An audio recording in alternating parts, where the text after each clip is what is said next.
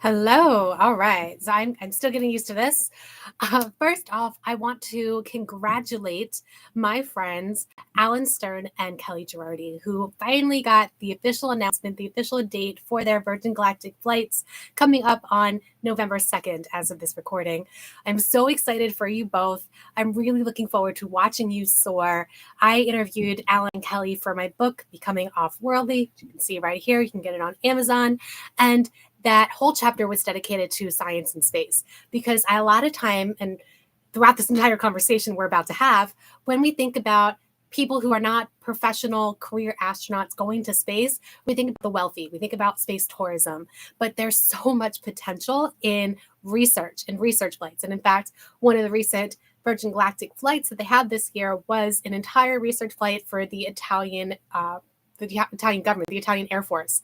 And so when you think about the future of human spaceflight, don't just think about the government astronauts and the wealthy, because there's so much more nuance. There's so many more opportunities. So really super excited about Kelly and Alan's flight. Also terrified. Please don't die. It's one of those things where when you know people who are going up, it's risky. And I'll be praying for you as you launch. So keeping you all in mind. And this is sort of very relevant actually to the conversation we're going to have today on commercial human spaceflight regulations. And hello, Jonathan. Thanks for joining live. I'm still not used to trying to figure out who's live and who's not. I'll figure this out.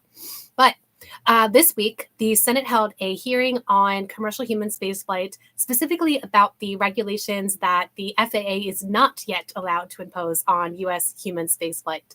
So backstory is that quite a number of years ago, I think it's close to 2 decades now, there was a moratorium, it's called, a learning period, where the FAA was not allowed to regulate commercial human spaceflight in the United States for the spaceflight participants.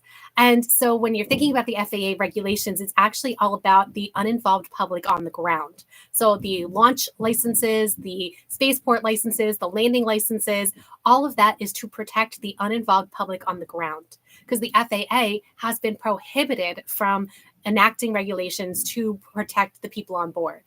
And so this is an area that has been it's been debated, and in fact, that regulation, that moratorium was extended several years. I think 3 times now. It has been, or maybe 4 times now, with this latest 3-month extension.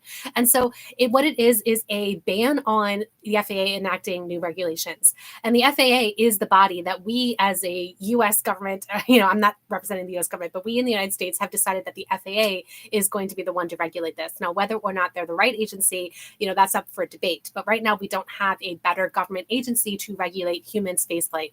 NASA is not a regulatory body, so NASA does not regulate human spaceflight. It certainly puts in safety guidelines, especially for its own astronauts. So when SpaceX took over launching astronauts to the International Space Station, the space shuttle was retired in 2011. SpaceX and Boeing both got contracts to then launch NASA astronauts and partner astronauts to the ISS. SpaceX did so starting in 2020, and Boeing will hopefully do so next year. And this was to share that burden with the Russians and also not rely on the Russians because they have their own safety considerations where maybe it's a little less safe than it used to be on the Russian side. But in any case, they've got a very, very long history, the Russians, of flying humans to space. NASA has a long history of flying humans to space, but the space shuttle is retired, so NASA no longer does that, with the exception now of SLS, which will hopefully have humans on board with the Artemis 2 launch. But the point here is that NASA is relying on SpaceX to launch its own astronauts to the ISS, and has been for almost 3.5 years now, 3 years and several months. And so NASA has its own requirements when it comes to its safety requirements for commercial crew, the commercial crew program, commercial crew awards, and will likely have that same safety standard when it comes to commercial space stations. Last week, I spoke about commercial space stations. And so when you're thinking about commercial space flight, it's not just NASA, right? So most of the flights so far that have happened with suborbital space flights, so specifically Virgin Galactic and Blue Origin, they have not been government astronauts. They have been commercial, private individuals.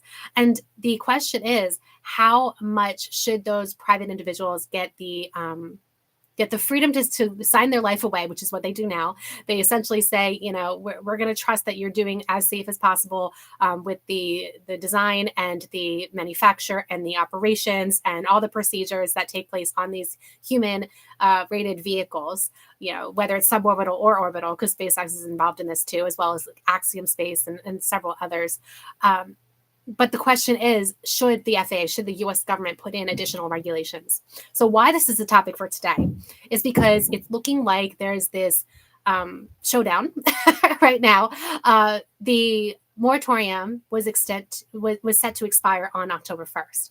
But because the Congress decided to not enact a new budget, there was a 3-month extension for the U.S. government to continue operations and not shut down on October 1st, which I'm glad that it didn't. But that 3-month extension then also included a 3-month extension. Wait, no, sorry, I'm mixing up my terms. Sorry. It was not a 3-month extension for the government to remain open. It was like a 1-month extension, November 17th. But it's a 3-month extension for that moratorium, that learning period. And so now the question is, in this extra 3 months, is there going to be a last minute push to extend that moratorium another several years? And I don't know, but it looks like it is. So it looked like, honest to God, I thought it was going to expire. I really did. I thought it was about to expire October 1st. I'm like, it's done. There was an op-ed put out like a few weeks beforehand, before October 1st. So sometime like mid-September, there was an op-ed that was put out. I think it was Michael Lopez Alegria, but maybe I'm wrong. So there was an op-ed put out, like a last minute push. Like I was thinking too little, too late. It's going to expire. But then that extension got put in, that 3-month extension. And now this Senate hearing happened, and every single person and testify, they banded together. And they essentially told Congress, they told the Senate at least, yes, you need to extend this learning period because we're not ready yet. And this is a topic that really divides the space community. I've been following this for several years, maybe a decade now. And this particular topic, people have very strong opinions and very diverse opinions and polar opposite opinions. And so I've always been somewhere in the middle where I can see it both ways, where yes, it's a benefit to continue to learn as human spaceflight is so nascent and so new. We just don't have a lot of data yet. On the other hand, I also want to give the U.S. government the opportunity to start putting in these safety regulations that we take for granted in, cars and airplanes and trains and all these other modes of transportation that we just assume are not going to kill us. Cars, maybe we just take that risk because, but there's still safety regulations in cars. That fatalities in the U.S. are down actually with cars, but air flight is the safest means of travel because of all the regulations. And so now the question is, if this expires, what does that even look like? Because no one's going to start enacting laws like day one.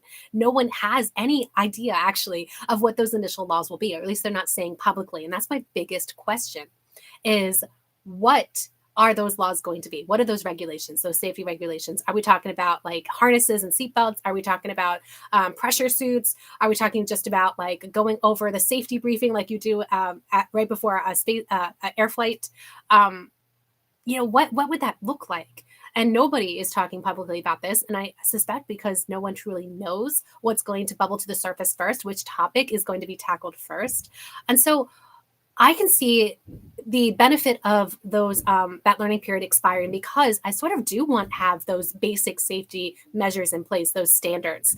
And the industry can band together and enact those standards without government regulations. They have done so, and they can continue to do so. So we don't need regulations to have standards that are for safety.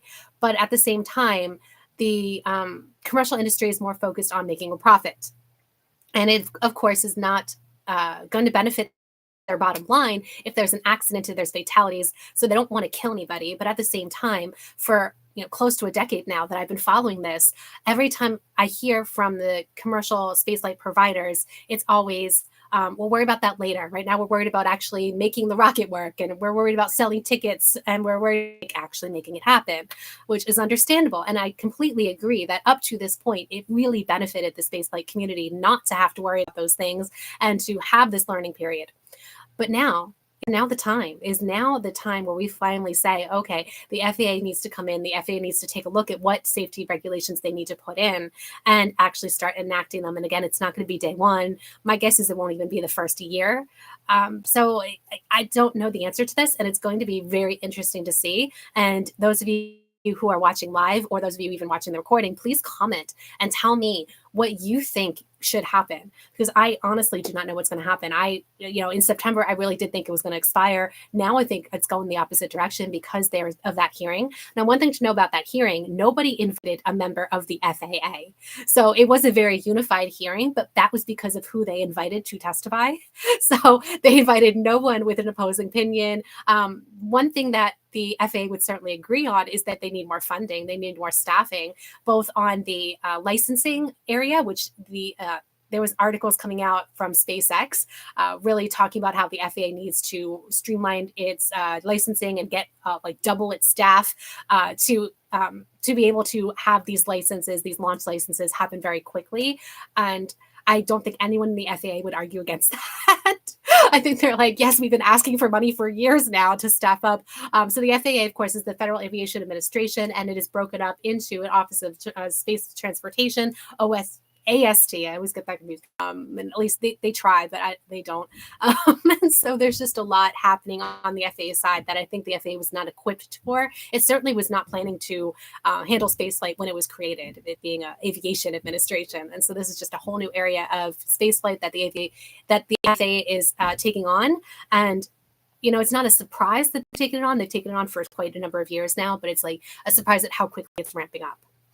So that's why I think maybe now is the time for it to expire. And again, I'm on the fence, but maybe now is the time where, okay, if we can actually fund this properly, if we can fund FAA properly, and if we can get some good data from these initial commercial space flights, again, it's suborbital and orbital, then maybe we have enough information. We'll start coming up with the actual safety laws that will be the initial ones. Nothing crazy, nothing like, that's going to prevent the spaceflight community from getting people on board and getting the data that they need. But, I think maybe now is the time. So I don't know. I'm very curious to know what you guys think who are watching live or watching the recording. So I don't want to keep these live streams too long. So I do want to get to the next topic. We had a question, forgive me, I did not open it ahead of time, but we did have a question about the Kessler Syndrome. And this is a topic that is also not a new topic. It has been on the minds of people at least since the 70s. That's when a man named Kessler actually wrote up his concern. And people call it the Kessler Syndrome. They also call it the Kessler Effect. I actually think I like the Kessler Effect better. So maybe I'm going to change my language in the title after this recording, because it's one of those things where I think maybe people hoped that it would ramp up, but certainly a lot has changed in the last 50 years to the point where now it's become a real concern. Because the idea was that how much can we launch in space? How much space debris can there be? So this is active satellites, defunct satellites, spent rocket boosters, and pieces of space junk. And that could be accidental space junk. It could be two satellites accidentally collide. We've had, unfortunately, Russia, most recently Russia, I've lost track. So now there is a increasing ban on kinetic ASAT tests led by the United States and backed by the UN, but not everyone's on board. So China, Russia, India are not on board with saying that they're not going to do kinetic anti-satellite tests. And of course, we're just talking about the tests, blowing up your own satellites. I'm not even talking about warfare where you might want to blow up somebody else's satellite. So there's a lot of space debris. There's a lot of space junk. There's way more up there than there was in 1978 when Kessler wrote about this. And it's a lot of modeling. Of course, it didn't stop in 1978. There's been continuous modeling of what might happen, how much density of stuff in space at which orbits, how much do the orbits matter? How much does space weather play a role? Because space weather changes the altitude of the molecules in our atmosphere and can deorbit things faster. How much does the composition of the atmosphere matter? Because there's a new study that came out that I haven't fully read. But basically it says that we humans are changing the composition of our atmosphere to make it more metal rich because of all of the satellites and space junk that we are burning up in our atmosphere. So it's completely due to the space industry and not due to, micrometeorites. Which is absolutely fascinating. So we are so brand new to this that no matter how much modeling you do, it's not going to be completely accurate because no one truly knows. This is unprecedented territory. Well, we don't actually know how much stuff is going to build up and how quickly and how much it's going to deorbit and all of the factors involved to know if this is going to be a real concern. But this is an area where I am pretty passionate about, especially in the anti-satellite arena, where I think, we absolutely need to ban kinetic anti-satellite tests around the world because we need the space environment, the orbital space, the ways that we use space for everything. And I'm not just talking about we in the United States, I'm talking about the entire global area. We need this space environment to be fairly well kept, because if we have too much up there, if we have too much, I'm not even talking Kessler Syndrome at the moment, I'm just talking about like the practicalities of launching, because now we do have to delay launches. There's the launch range, the windows, it takes into account space debris, it takes into account conjunction and analyses. And so we now have to take into account, not only when we're up there, we need to move around satellites, move around the ISS, we also have to take into account launching. So every aspect, everything that we do in our orbital environment is impacted by space, and everything we can do beyond our orbital environment to even get past our orbital environment. Like if we want to launch a rocket to Mars, to the moon, to anywhere, it's all impacted by the amount of stuff we have in space, in our orbit, in space around us. And so this is a real big concern, because the Kessler Syndrome specifically talks about a cascading effect, which it's debated whether or not this is ever going to happen and what that would look like. Some people actually say that we're already in it, because it's not like, if you remember that movie Gravity that came out with Sandra Bullock, it's a silly movie. I enjoyed it, but it was a silly movie. But it talked about like it demonstrated a Kessler effect, like in rapid pace, like all of a sudden, boom, boom, boom, like dominoes falling, which is not actually what the Kessler Syndrome is. It's much more slow. It's gradual, and it just gets to a point of no return. That critical point, the critical mass or critical density. And we don't really know what that looks like. And we don't know if we're already in it. And my guess is we're not already in it, but we're close enough to be of concern. And so this is not necessarily me telling you that, we need to watch out for the Kessler effect. It's like, how do we fix this? If we already know that it's a concern, if we already know that we're either in it or we're edging toward it, then we actually need to do something about it. And I remember when I got my first job at CASIS ISS National Lab, and we were evaluating proposals, and there were proposals that came in about deorbiting space debris or satellite servicing. They were not funded because at the time, the leadership of that organization decided that it wasn't the role of CASIS, and CASIS got 100% of its money essentially from NASA. So essentially, the leadership of that organization at that time said that it was not up to the US government to be funding this kind of activity where we're deorbiting space debris or deorbiting satellites or servicing satellites, which now the US government has completely done a 180 on and decided, yes, actually, the US government is responsible for a lot of this, and therefore it's up to us to clean it, and we need to be leaders and show by example. So you see NASA, you see the DoD funding these kinds of technologies, these kinds of missions to deorbit space junk or to deorbit satellites. I myself have worked on one proposal with a client that was not funded about deorbiting space junk, and worked with a team. I mentored a team of students on a mission concept to deorbit space debris. And so I do really think that this is an area that's so new. It's so we just don't know what's going to work. And so I don't think we should necessarily, at this point, reject any ideas, but the funding is limited, right? So like, what do we fund? What do we actually go up there and do? And so I applaud companies like, Astroscale, for example, and the whole ISAM community. ISAM standing for, let's see if I can remember off the top of my head, In Space Satellite Servicing and Assembly. Is that right? Assembly and manufacturing. There we go. ISAM. There's the M. I'm sorry, I'm really bad with acronyms. So that means that it's not just deorbiting space debris. It's also servicing satellites. It's also taking care of how do we manufacture things in space, maybe from the space junk. So there's a legal component of that where the satellites, the dead satellites, defunct satellites belong to the companies and government agencies that they were launched by. So you can't just take any satellite and reuse it.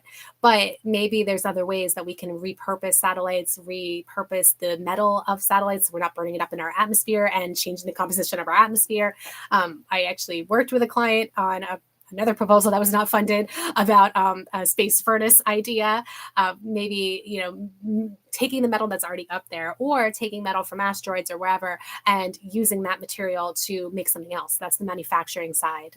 And assembly being reusing even satellites by attaching other components to it or attaching a tug kind of thing, a propulsion element that can put it in a different orbital space.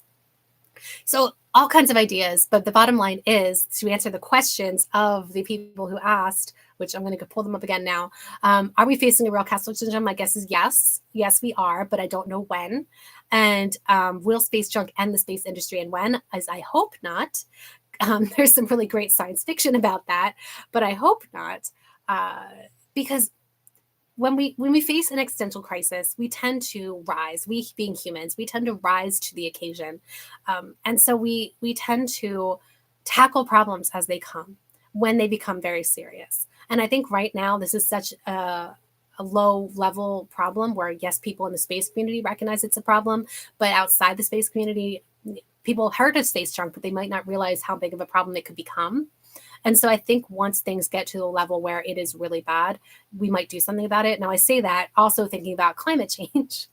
So maybe not. Maybe we won't actually do things to fix it. But I'm hopeful. I'm an optimist. So I'm hopeful that, yes, we will actually find a way to work with the material that we have in space, and maybe not create much more material in space that'll be space junk, and be proper stewards of our orbital environment. And there's real life implications of this, like SpaceX right now is fighting a PR war against the FAA. Again, there's that rivalry again.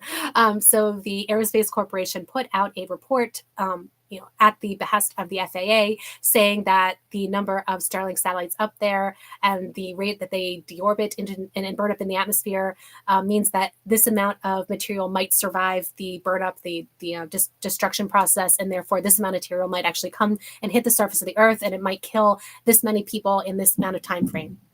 And of course, the SpaceX saw that, and they're like, whoa, whoa, whoa, hold on a second. Our satellites are meant to completely burn up in the atmosphere, and there shouldn't be anything on the ground to kill anybody. It wasn't just killing people on the ground, it was also hitting airplanes. And so there's a real problem with OneWeb and Kuiper, and I meant to look this up, of the space industry, because there's really good things happening with these satellites. Starlink and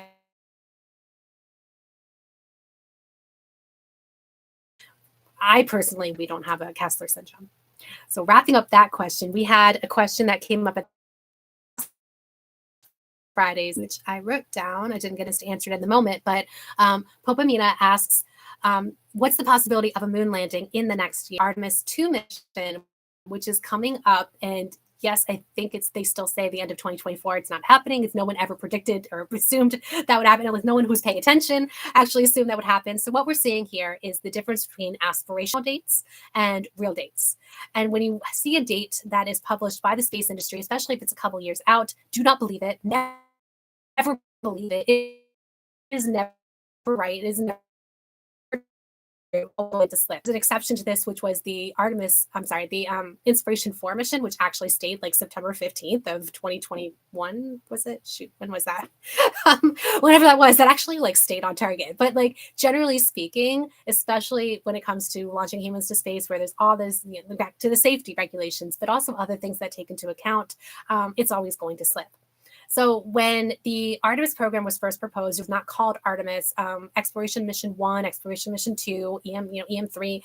So it was a continuation / evolution of the Constellation program. And before it was named Artemis, before the Trump administration changed things up, the idea was that they were going to launch humans to the moon and land them by 2028. And then Vice President Pence came in and kind of surprised everybody by changing that to 2025. Humans are going to land on the moon by 2025. Well, that was never realistic. At that time, Jim Bridenstine, the NASA administrator at the time, kind of played along, but it was never, ever going to be 2028 that we land humans to the moon. Very choppy. Sorry about that. Very, very sorry. We don't have the best connection here sometimes. So the bottom line is that no, we are not landing humans on the moon in a year. We're not even going to launch Artemis 2 in a year, which is people orbiting, circumlunar, going around the moon. The Chinese space program is also working on sending humans to the moon, and they are at a slower pace than the US space program. So even China is not planning to launch humans. I think 2030 is when they're first planning to send humans to the moon. So no, not doing that. Are there any last minute questions from the audience? Thank you all so much for staying here, for tuning in live. I'm going to be hosting these live every Friday at 1 o'clock Eastern. I'm going to be posting the archives. Also, I'm going to be turning the archives into a newsletter. You can subscribe to them at astrolytical.com for free. So just sign up there for free and you can get them in your inbox But if you have any last minute questions, Q&A, I got a lot of pre-submitted at the lack of audio quality right now. So I'm going to wrap this up. But if you have any questions, feel free to comment when the get a chance to. And thank you all for tuning in.